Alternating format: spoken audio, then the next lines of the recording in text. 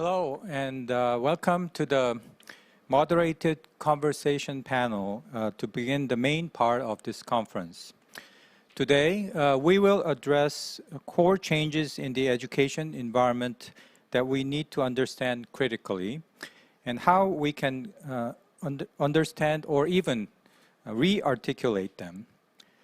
Also, we will try to talk about the implications for global citizenship education in the broadest sense, in both its conceptual and empirical dimensions. We will also discuss key emerging issues, both socio-political and educational, that global citizenship education should address and act upon. And finally, we will address any concerns and insights regarding the conference theme from the speakers' expertise areas and experiences. So let me begin by introducing our distinguished participants today for this conversation. We have very prominent guests from 3 different continents. First, I'd like to introduce Ms. Elisa Guerra. She was named Best Educator in Latin America by the Inter-American Development Bank in 2015 and was a finalist for the Global Teacher Prize in 2015 and 2016. She is a member of UNESCO's International Commission for the Futures of Education. Eliza holds a Master of Education degree from Harvard University. After teaching her own children at home, she founded Colegio Valle de Philadelphia, a network of schools in her native Mexico and across Latin America. Eliza is also an international speaker and author. She has lectured in English and Spanish in 21 countries around the world and has published more than 25 books and textbooks. Her work was featured in a 2017 Al Jazeera documentary entitled Mexico, the Power of Early Education. Next, we have Dr. Neil Selwyn, who is a distinguished professor in the Faculty of Education at Monash University in Melbourne, Australia. He has previously also worked in the Institute of Education, London, and the Cardiff School of Social Sciences as well. He has spent the past 25 years researching the integration of digital technology into schools, universities, and adult learning. He has also contributed to the work of UNESCO's International Commission of the Futures of Education through his involvement in its background paper.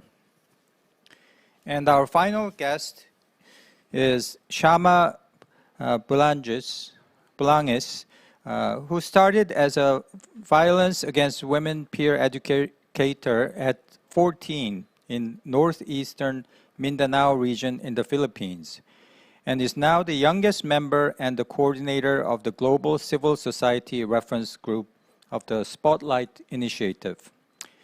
She serves as a co-chair and part of the guiding group Transform Education, a feminist coalition of youth-led networks and young activists with a shared mission to accelerate gender equality in education, hosted by the UN Girls Education Initiative. So we have a distinguished panel today, and I'm very much looking forward to our conversation on the general theme of this conference. So let me begin with this year's conference theme, which is Global Citizenship Education in the Face of Digital Transformation that Connects and Divides. So the first question that I want to pose to our participants is, in what sense do you think digital transformation actually connects, and in what sense do you think it divides? Please give us a short answer, as this will be your opening remarks. Let's begin with Eliza, who's sitting closest to me, and we'll go around and I'll give you a chance to speak. Thank you. Thank you, Professor Park. Well, I think that the first part of the question is pretty obvious, maybe, for many of us. It connects because it allows us to do many things that otherwise will not be able to do, to reach learners that are far away, and to use technology to approach them in different ways. But of course, at the same time, it divides because not everybody has access. And even if you have access, if students have access, there's also a difference in skills that they have to be able to use technology. So it also divides in what kind of results we can get from technology when we use it for education. In short, I think that will be my very first answer. Okay, thank you. Should we move on to Neil? No, thanks. It's a really interesting question, and I think there are three really important words that we need to think about. And the first word's actually transformation. Transformation is a huge claim. So one of the questions I always like to ask about technology is what is new here? What is genuinely transformative? What is significant change? And what has already been happening before, but maybe in a slightly different way? So not everything we talk about is caused by digital technology. The second word, connect, I think clearly digital technologies are fantastic ways of connecting people. That's how we're doing this today. But it's also important to think that connection is not always a positive thing, that connection can be difficult, connection can involve tension. And one of the interesting things to think about connection and digital technologies is that these connections shouldn't just be between individuals. There's an individualized logic around digital technology, which is very dangerous. So how can we think about connection in a more collective, communal way? And last of all, the word divide. Clearly there are digital divides in terms of equality of opportunity, but also equality of outcome. We saw that in COVID, in the remote schooling, with students having 6 students in a family to 1 smartphone, as opposed to a very privileged family with great connections. But we also need to think about divides, not just in terms of access, but divides in terms of the knowledges that are privileged through technology, the voices that are privileged, and the values that are privileged. And I think those can also be very divisive. And this inherent idea about individualized online practices means there'll be winners and losers. So in short, I think technology is not all good, it's not all bad, and we definitely have to ask questions. Okay, thank you. I think we will continue on along those lines of what you have just remarked on. Finally, Shama, could you give us some of your thoughts? Thank you. Before I start, I want to join the speakers from the first session in the opening session to join in the mourning of the tragic Itaewon incident last weekend. My prayers are with the families and with those who are injured as well. So I think in this situation, even before digital revolution or any type of technology, as people in society, we have been dividing ourselves based on different arbitrary identities that we have established, whether that's our citizenship, whether that's you're a man or a woman. These are divisions necessarily. It's clear to us how the digital revolution has connected all of us because we see right now, this is an example of this type of connection where we're all here right now, but we're also connected to others outside of Korea and even within Korea who can't be in this hall right now. So when we talk about digital transformation that connects and divides, it's all about knowing who is the most left behind in these connections, in these divisions, and how can we be in solidarity with them, along with the infrastructures and the social norms change that needs to go in parallel. Okay, thank you. I think the opening remarks from all three of you have given us food for thought, and I very much look forward to a lively discussion today. Now then, let's move on to the main questions that I want to ask you, and I will ask you maybe a couple of questions, and we'll have 2 rounds of discussion. And later, we'll have free conversation as well. And then finally, I will open up the floor for anyone who has questions from the audience. Okay, let's move on to the meat of the theme, which is critical understanding of the current changes we are dealing with amidst digital transformation. So my question is, based on your critical evaluation of our times and the current situation, often dubbed as the digital revolution, what changes in the education environment do you expect in the near future and also in the long term? What are the potential challenges and opportunities they pose? And what should we, as educators, committed to global citizenship education or transformative education of different sorts, how should we be especially be aware of and concerned with such changes that are taking place? In short, how should we critically understand such changes that we are experiencing today? So for this question, how about we start with Neil? Well, thanks very much. That's a huge set of questions to think about. I'm going to talk from the perspective of someone that researches schools and universities, so how education and digital education has changed.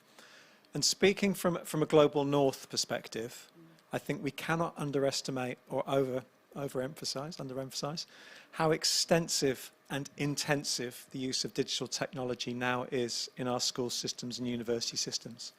So digital technology is woven throughout nearly all aspects of schooling in the global north. At the classroom level, you have 1 laptop per student, you have learning management systems, school administration and school management is now inherently based on digital systems. Students, when they go home, will learn digitally and online. School systems will be algorithmically managed and reliant on digital technologies. International governance of education is wrapped up in digital. So digital technology operates at all levels. We have schools now that proudly badge themselves as Google schools. They use Google laptops, Google systems, they have Google training their teachers. They're inherently digital, and that is a difference. So technology touches all aspects of education in a way that I don't think it ever has done. And it's extensive and intensive.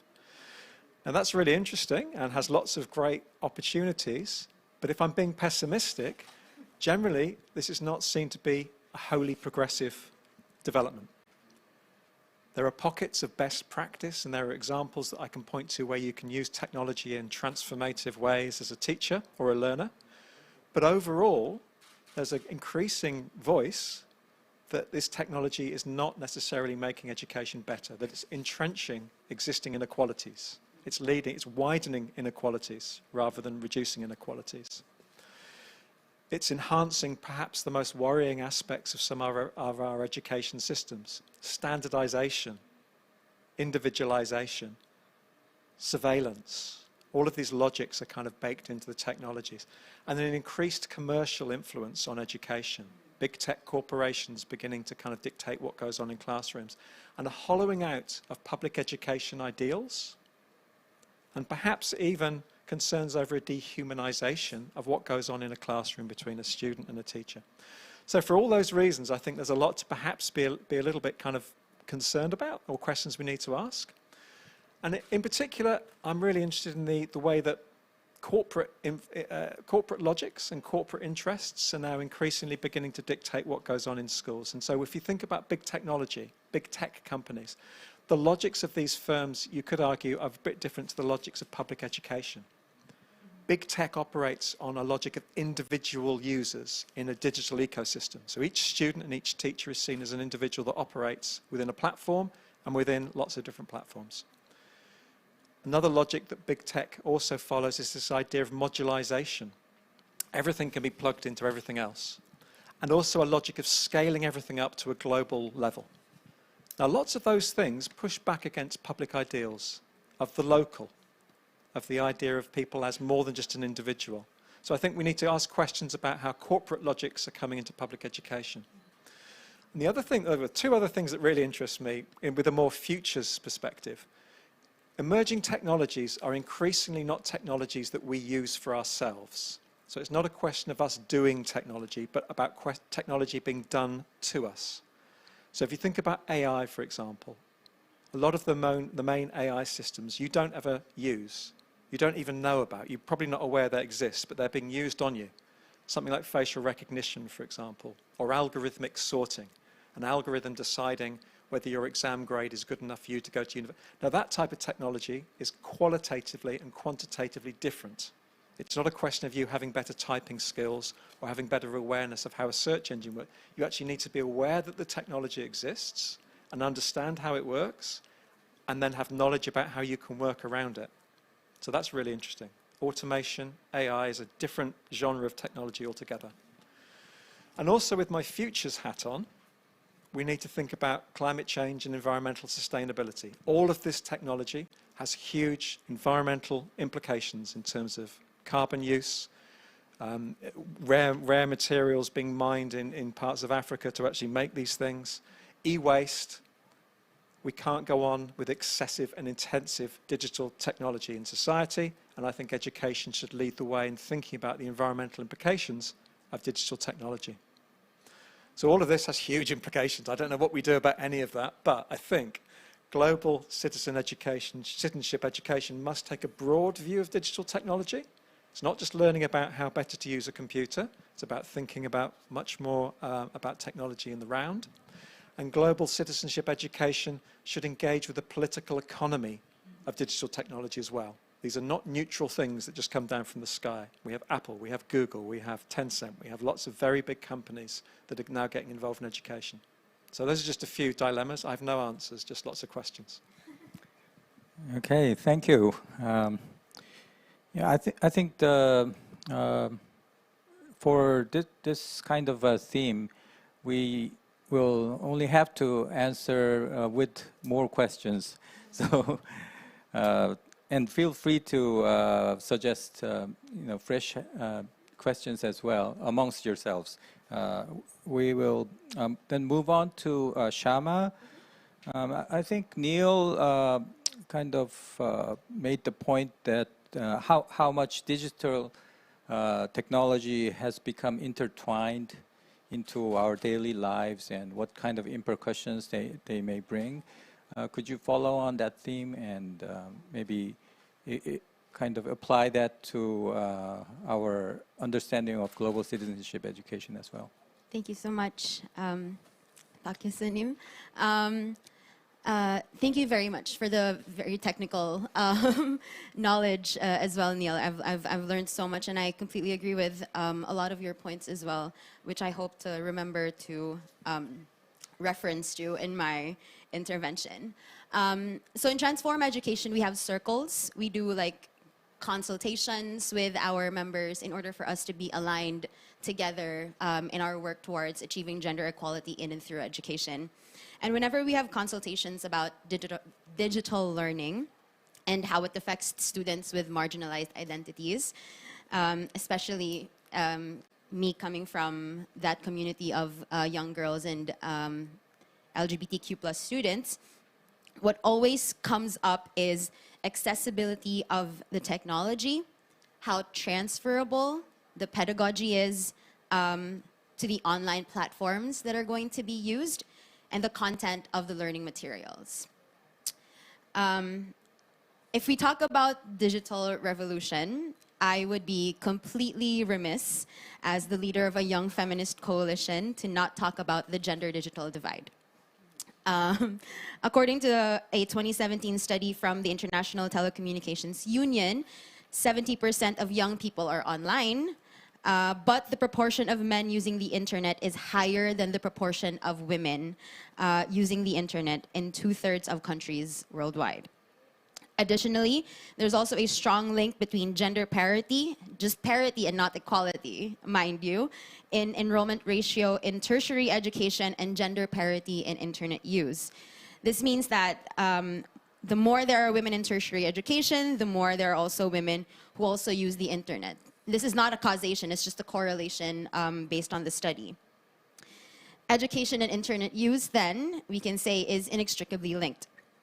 However, the fact that women often experience barriers to internet use and mobile ownership more acutely than men is likely explained by underlying social norms, such as women being less likely to receive an education or be employed.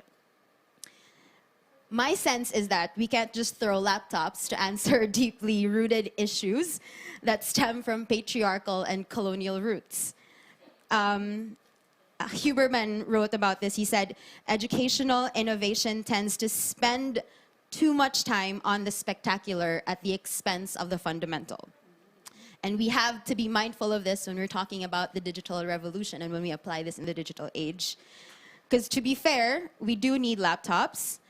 After my city was hit by a super typhoon last November, and we still haven't recovered. Some of the classrooms still have no roofs. My mom's a teacher, and her homeroom classroom does not have a roof yet, up until now, and they have to share the classroom with 4 other teachers as well because the other classrooms were completely destroyed.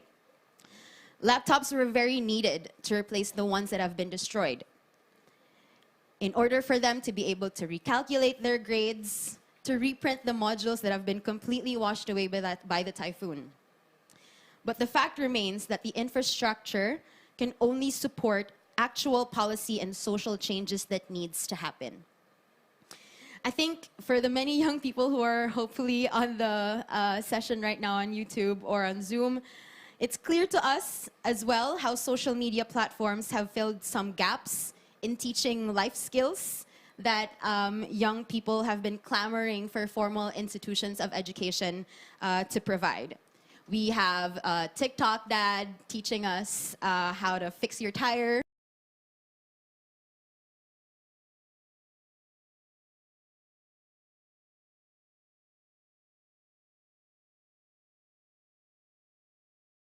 About queer history for us content-starved queers, all within 3 minutes and under.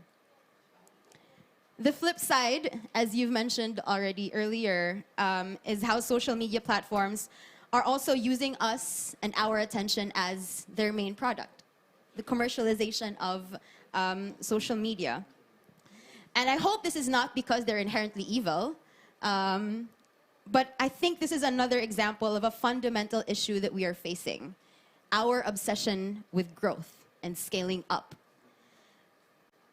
Not to mention that during the pandemic lockdowns, online sexual harassment through social media, hate speech, and violence against women and girls have also worsened.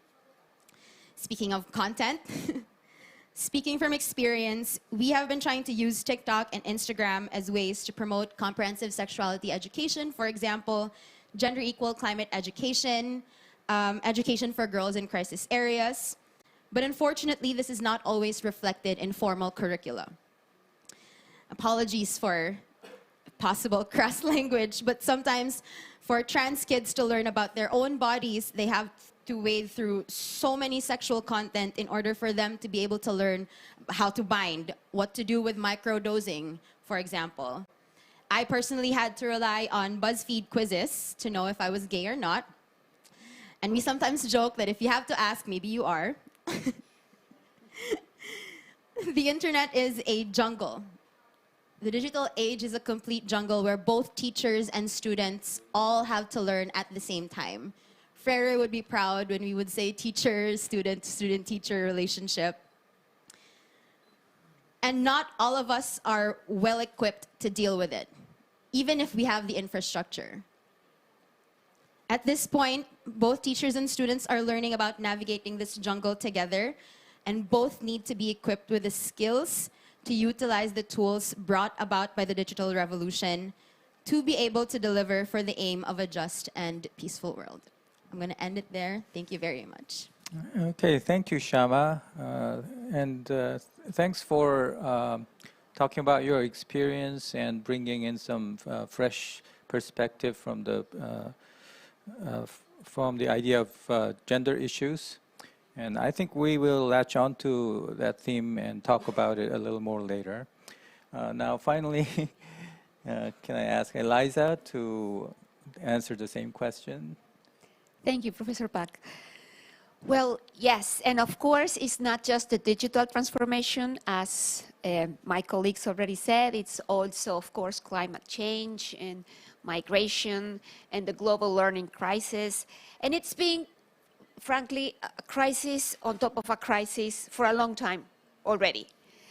And in this context, last year from the Commission, from the International Commission on the Futures of Education, from UNESCO, we published this report, Reimagining Our Futures Together, a New Social Contract for Education. And of course, we address many of these topics, but speaking specifically about the digital transformation and education. From the Commission, we recognize learning ecosystems as comprised by 3 different kinds of spaces. The built spaces, of course, built for purpose, which are schools, but also community centers and libraries and museums and places of worship and places for work. The digital spaces that need no further explanation, but also, very importantly, the natural spaces that in many places we're just losing. And I would like to stretch that idea a little bit, and I would like to propose that every school should give students chances to develop in these very different kinds of spaces. The digital spaces, the built spaces, and the natural spaces. And if I am allowed to play a little bit, Professor Pak, I am a teacher, an elementary school teacher, so let me propose an analogy, an imperfect analogy, to maybe bring some light into this troublesome relationship between pedagogy and technology. Let's think that before the pandemic, technology and education were flirting all the time. I like to think as technology trying to woo education. Come to me, education. Come to me, education. I will make you prettier. Everybody's going to learn so easily. Everybody's going to love you, education. Come to me, education. And education was like, sounds promising, but I'm not very sure. What are your intentions with me, technology? This smells fishy to me. What's happening here? And they were on and off in this kind of passive-aggressive relationship. And then, my dears, the pandemic hit. And well, these 2 guys finally tied the knot, and it was not a marriage of love. It was a marriage of convenience. It was a marriage that had to happen, because otherwise we will have nothing. So these 2 guys got in this troublesome marriage. And Neil, I think you were a very good marriage therapist. You just lined up all the problems, all the unfulfilled promises, and also the possibilities of this relationship. Now, my dears, the teachers out there listening to us, and also the students and parents and people that love education, what shall we do with this marriage? Is there a way to save this marriage? Do we even want to save it for the sake of the kids? What kind of relationship should technology and education have? You know, I think that part of the problem is that we have confused pedagogy with technology. And we think that technology can fix everything. You know, technology is the husband that wears hats. It's also the plumber, the electrician. It's rich and handsome. Why not? It's going to woo you off your feet. It's going to solve everything like magic. But that's not true. Education, cannot rely on technology to solve all its problems. Let me give you an example of how we have been doing this. Many teachers believed that just by uploading their lessons into the internet or creating videos and sending them over to their students' phones, provided they had phones, well, that was enough. they were already being technological. They were on top of things. But that's not true, of course. That's not true. Technology is the microphone and pedagogy is your voice. If you have a very good, melodic, beautiful voice, great, because then technology, the microphone, will be able to amplify it. But for the sake of the Lord, if you have a voice that sounds like a cracking bird, like my own, please do not get behind the microphone, because you will only amplify the cacophony. First comes pedagogy, and then comes technology. If you have good pedagogy, if you're a good teacher, then, of course, we amplify that, and this is beautiful. But bad teaching cannot become good teaching just because you put it on the web. Also, we read all the time these headlines. This is going to happen with technology. How our jobs are going to be lost. And we kind of hear these predictions all the time. And the message that we listen is, okay, ready or not, this is what is coming. This is the future. This is what technology is going to do. Wait a minute. We created technology. It's not as if it's this kind of monster that we need to tame. We can make decisions. We can shape it. We can decide where we want it to go. We can decide what kind of futures we want and then do some reverse engineering to work towards those futures. That's the real challenge. Thank you. I think that was a great analogy, and I hope you don't mind if I use it in my classroom. Yeah, I think you've really mentioned well how educators should be sentient in terms of not drowning in the sea of technology, and how we can utilize technology to maximize the teaching and learning experiences. And I think you're on point. That leads me to our next question. This will be the second round of questions. And I'd like to discuss a little bit about global citizenship education and how it is implicated in the digital transformation. So my question is, what are the key implications of the changes brought on by the digital transformation to global citizenship education and its related education initiatives in its conceptual and empirical dimensions? At this time, should we start with Shama, if you're ready? So I wanted to talk a little bit. Sorry, let me just start again. I wanted to focus on gender in a lot of my interventions today, because when we were attending the pre-summit for the pre-summit of the Transforming Education Summit, we were very worried that gender wouldn't be mentioned at all in any of the documents that would come out in the sessions. And when we're talking about global citizenship education, a lot of that has to do with not being neutral about who is being affected in any of the situations that we're looking at, right? So like when we're looking at girls in crisis situations, we're looking at them from the perspective of, okay, if they're a global citizen, what is going to happen and how can we be in solidarity with them?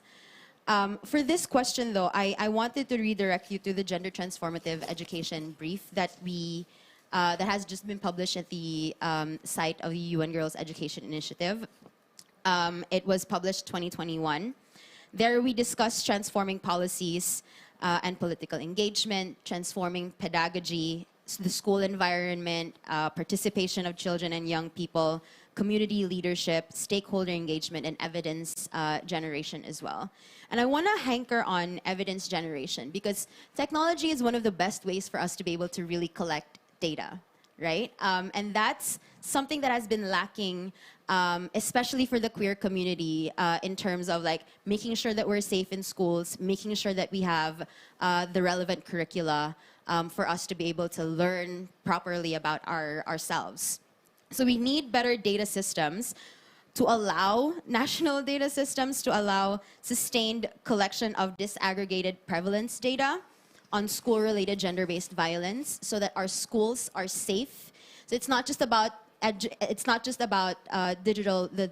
digital age, but it's to be able to use that technology to make sure that our schools are safe and that all our learners are safe when they are in schools. And I know I'm very political in my conversations right now and not so much technical, but while I'm here, policy-wise, we need an expansion of child protection and similar laws to explicitly cover queer children and students as well.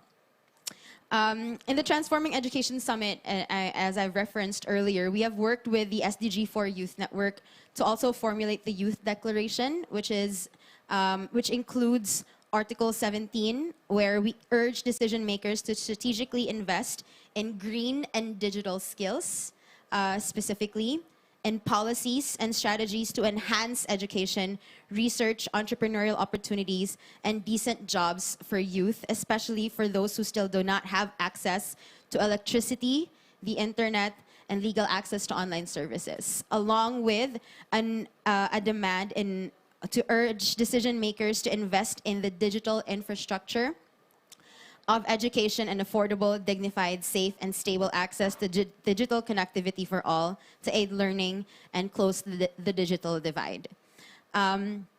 I would like to pass it on to my co-panelists right now because I'm far from an expert in the digital revolution. But I know that in order to leave no one behind, the fundamentals of human behavior and social change that is affected by policy and advocacy by civil society organizations need to be addressed in parallel as well. Okay, thank you. Neil, would you like to pick up on the question? No, I think this is definitely a place where we should get political and put the politics back into technology and education. I think just listening to some of the conversations, I think there are two different ways we can think about global citizenship, education and technology. And there are probably two different conversations going on at this whole conference. First is the idea of the digital as a means of global citizenship education taking place, as a conduit, but also the digital as a topic for global citizenship education. So those things I think are quite separate. If you want some answers, given that Sharma was giving us some policy recommendations, here are some policy recommendations for you. I think the digital divide is clearly really important. COVID showed us this, and I think governments really need to intervene. Free Wi-Fi, access to devices for families that don't have access to devices, and revisiting the idea of public access to technology and public access to technology support. There was a great question came up in the chat about how can teachers engage with the political economy of technology. And I think this is a key thing for civics education and citizenship education in schools. And there's a great resource from the US, from Loyola University, Professor Mary Heath, called the Civics of Technology Project. And they're doing some fantastic stuff in classrooms to get teachers and students engaging with the corporate nature of technology. So they have techno-ethical audits that students and teachers take out on their own technology being used in schools. They make poetry from corporate slogans around technology. It's really, really fantastic. And I think also in schools, making technology procurement a democratic issue would soon rise up issues around, should we go for a Google learning management system, or should we go for something that's open source? Should we go for a computer which is environmentally friendly and built in a modular way, or should we buy an Apple Mac? So I think there are lots of ways of schools and teachers and students and parents and communities getting involved in the political economy of stuff. I agree with Sharma, we do need laptops. We can't ignore the corporate nature, and big tech is not inherently evil, but they are fishy, which was a point that Elisa made. So I think we can work with big tech, make big tech take education seriously and part of their corporate social responsibility. And I think big tech needs to work with public education systems. So I'm not saying everything is evil. There's a big space, I think, for developing media and information literacy to encompass what I was referring to earlier as AI or algorithmic literacy. So I don't think media and information literacy can just stay as it is. We need to think about demystifying the black box of a lot of these technologies that we're now using. And also I think we can use civics education and citizenship education as a place to start engaging with sustainability issues and the environment. So I think there are lots of ways to think about having global citizenship education that's fit for a digital age. And just two final points. When Sharma was talking about TikTok and Instagram, we need global citizenship education to be digital, to be born digital. A lot of this has to take place online, in the digital spaces and digital environments that we're trying to kind of gain better understanding of. So I don't think these are things that can just be taught in classrooms. Digital education needs to be kind of a key part of the way that global citizenship education is imagined. But I also like Eliza's point about schools are still important. And I think schools and face-to-face schools and face-to-face classrooms can be reimagined as places where students and teachers get to come together and engage with digital technologies differently, to experience different practices, to experience different ways of thinking and using with technology. Education can be a safe space to use different forms of technology and engage with some of these issues. And another point that was made in the Reimagining Our Futures for Education report, which I also have a copy of, one of the most important parts there was rethinking a new social contract for education. And I think digital education needs to be a really important part of that. How do we reimagine digital education as a public effort and not just a privatized, individualized process led by corporate agendas? So there you go, there's 5 or 6 recommendations. I'm not a politician, so I don't have to implement any of them, but I think they're all a good place to start. I think you really set the tone for the kind of conversations that are going to follow this panel, because you've given us a lot of food for thought, not meat for thought. But okay, so Eliza, could you maybe provide any suggestions to global citizenship education? Well, I think that we have spoken a lot about the technological divide, of course, and I don't want to minimize it. It's real and it's tragic. But I would also like to pinpoint to another problem that was also very important and that I heard a lot from teachers. Even when you had access to technology, even when students were able to connect, there was another very significant problem.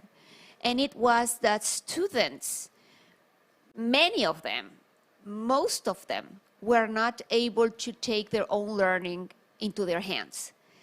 If the teacher was not lurking over their shoulder, telling them what to do, when to do it, how to do it, they were just lost. And it was not their fault. This is the way that we have been teaching them for at least 150 years. This is why we need this new social contract for education. We have been teaching students as if knowledge was something that was done already, something to acquire and not something to co-create.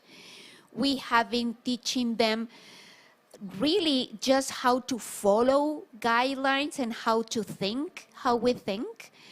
And this is not the purpose of education. And of course, this is not the way to create true global citizens. To mention an example, we need students to be lifelong learners. And for that, we need students to also be lifelong readers. But even before the pandemic, we were aware that there is a ravaging learning crisis, that half of all 10-year-olds in the world cannot read a simple text with full comprehension. And these numbers are likely to get worse after the pandemic. So, I mean, even the foundational skills, we are falling behind. Judging by the results, we should rethink how and when our children learn to read, because I mean, we are doing something awfully wrong, at least something awfully wrong. And of course, on top of that, if we speak about curriculums and pedagogy, which is also one of the topics of this year's conference, in the report, in UNESCO's report that we have been referencing all along, we propose pedagogies of solidarity and collaboration. And how do they look like? They are strongly rooted in human rights. They are open for diversity. They are respectful. They, of course, encourage collaboration among peers. And when we speak about curriculums, we think about all the things that we need to learn, but also about all the things that we need to unlearn. And in the things that we need to learn, of course, foundational skills and the arts and digital literacy and scientific literacy and many, many more things, how to live and heal a damaged planet, how to take care of ourselves and how to take care of others. The list is very long. And this is, maybe it's too much to ask from teachers, but there is no transformation of education without the work of teachers. And I know that we are running short of time, and I don't know if we're going to have time to chat among us, but if we had time, I know that Neil wrote a book on teachers and technology, and I will be very interested as a teacher to know if he believes that technology is going to erase teachers, or what is going to happen. Yeah, thank you. We are a little short on time, but nevertheless, I think conversation among the panelists, even if it's just for a few minutes, is necessary to wrap up what we've been talking about. So I'll give you a chance to chat amongst yourselves, and let me kind of give you the first idea of what maybe we can bring to discussion. Going back to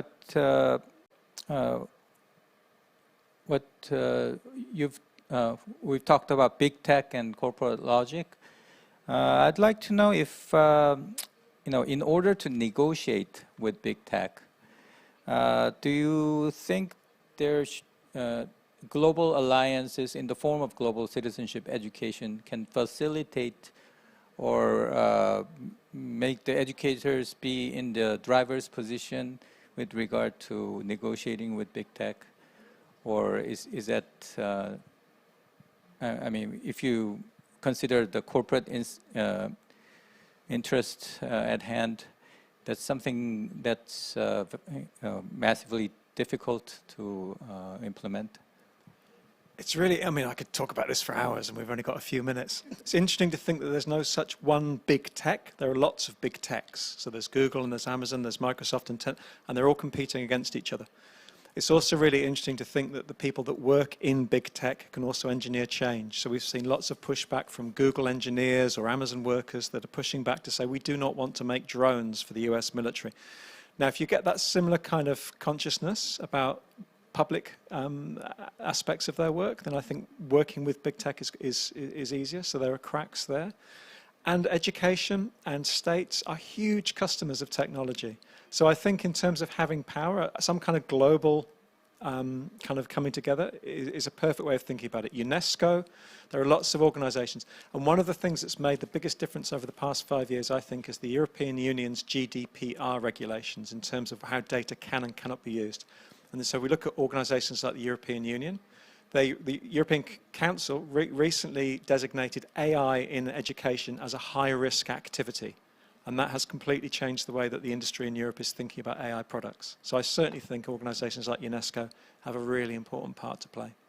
I see. Eliza or Shama, do you have anything else you want to bring to the talk? No, I actually just wanted to really emphasize that I hope that conversations around digital transformation does not further divide us from those who have already access and those who don't.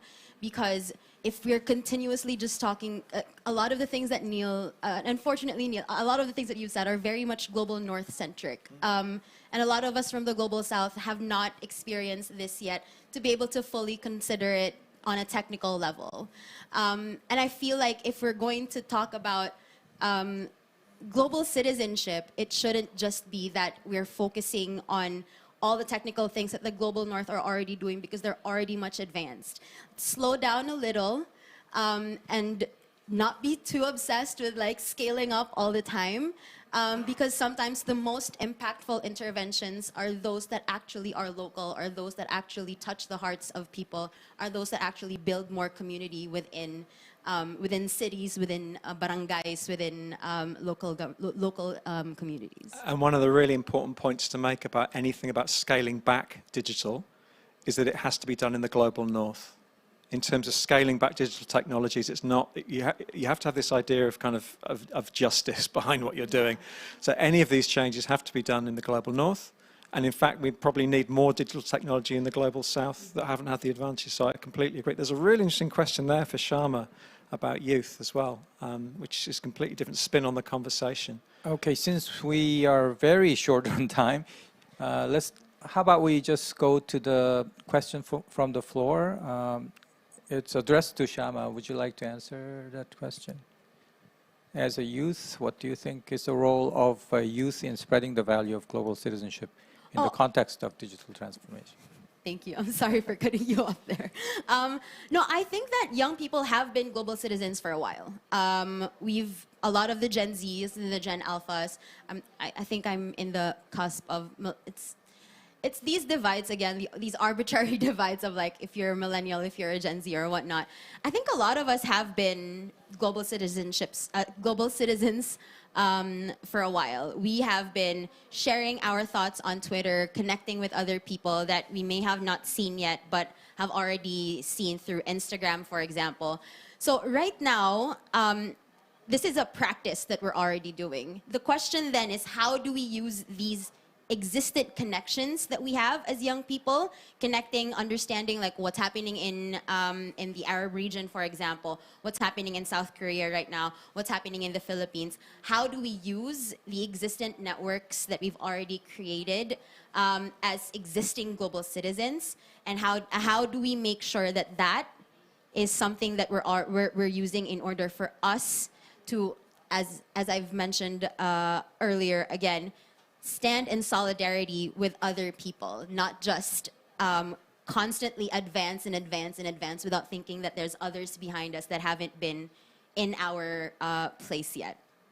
So I think that right now, as I've already said, young people are already playing this role in the context of digital transformation, and young people are definitely at the forefront of the digital revolution. Okay, I think we have maybe time to answer one more question, unless you want to jump in and maybe add to the previous question. Eliza, do you have any comments on? Well, I think that if anything, the pandemic showed us that technology cannot replace teachers. I hope you agree with me. I can answer that question if you want. Okay, go ahead, because maybe this is just wishful thinking from my part. I am a teacher. Of course, I do not want to be replaced by technology. But there is something that I read very interesting from Michael Trucano, who is a specialist in education and technology from the World Bank. And he said, and this was even before the pandemic, that technology will not replace teachers, but teachers that do not use technology will be eventually replaced by those who do. What do you think about that? No, it's really interesting to think about the future of teaching and technology. And it's really interesting to think what the added value of having a human expert professional in the room that costs a lot of money to train and a lot of time to kind of, what's the point of having those people anymore? And I think if we can think about that, then we can begin to think about the future of teaching. And I think there's at least 5 things that human teachers bring to a classroom that technology never will. So number 1 is the fact that they've actually learned things themselves. They have a human brain and they've learned something themselves, and they can relate that to other humans. This is how I've learned stuff. Number 2, they can improvise. It's often said that teaching is a bit like jazz or learning improvised dancing. A pre-programmed technology software can certainly impart instruction, but it can't really teach. It can't really spark that kind of passion. And that relates to the third issue, which is about the social relations. Teaching is a social, relational activity based around conversation. And again, that's something that only a human can do. So I think those things are perfect. I mean, teachers also, the utterance, saying things is a key way of imparting knowledge. And also, performing with your body. Teaching is an embodied performance. So none of that. A robot is never going to do any of those things. So I think we need to think about expert professionals, what they bring to the classroom. And I think you could be a fantastic teacher and never use technology. So I'll disagree with Mike Tricano on that point. Mike Tricano is an expert on technology. But I think, I could teach you and you could teach me with none of this technology, and it could be really interesting. So there's a lot of room for teaching. But we need to think, therefore, as teaching as a highly skilled, a highly relational, a highly social, and a really complex job. And there's a lot of stuff that is so complex in that even the best AI in the world can only really simulate it and be a hollow simulation. Yes, even in places devoid of technology, great teaching can change lives. Yeah, of course, I like that very, very much. In the report, what we said is that the schools are the places where pedagogical encounters can happen. So yes, those were the ones that you were talking about. Thank you, Professor. Thank you. And on that note, I'm afraid we are almost out of time. Thank you so much to our panelists for their insightful comments. Finally, my wish is that those challenges and hopes we have discussed today amidst the digital transformation will resonate with other education initiatives relevant to global citizenship education and lead to empowerment for action for educators around the world. I'm sure we have much more to learn about what the digitalized world will bring, and I hope this session has sparked a much needed and timely conversation for all those involved. Thank you very much.